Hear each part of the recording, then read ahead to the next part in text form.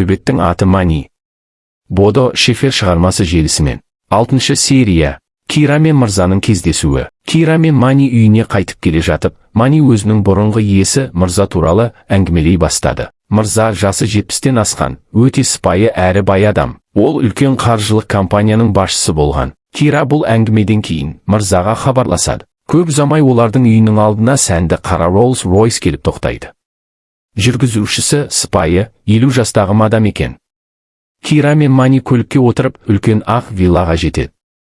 Онда Мырза оларды күлімдеп қарсы алады. Мани мен Мырза бір-бірін көргенде қатты қуанып, сағынысып құшақтайды. Кейін Мырза мен Кира отырып әңгімелеседі. Кира Маниға қалай қарағанын, бір жыл бойы оған қамқор болғанын айтады. Мырза бұған ерекше риза болды. Сен Маниді бір жыл жақсы бақтың. Сол үшін саған ақы төлегім келеді дейді ол. Бір жылдың әр күніне 5 еуродан. Кираның екі беті қызарып, ұялып күліп жібереді. Ол бақыттан толқып тұрды. Өйткені жақсылық ешқашан жауапсыз қалмайтынын түсінді.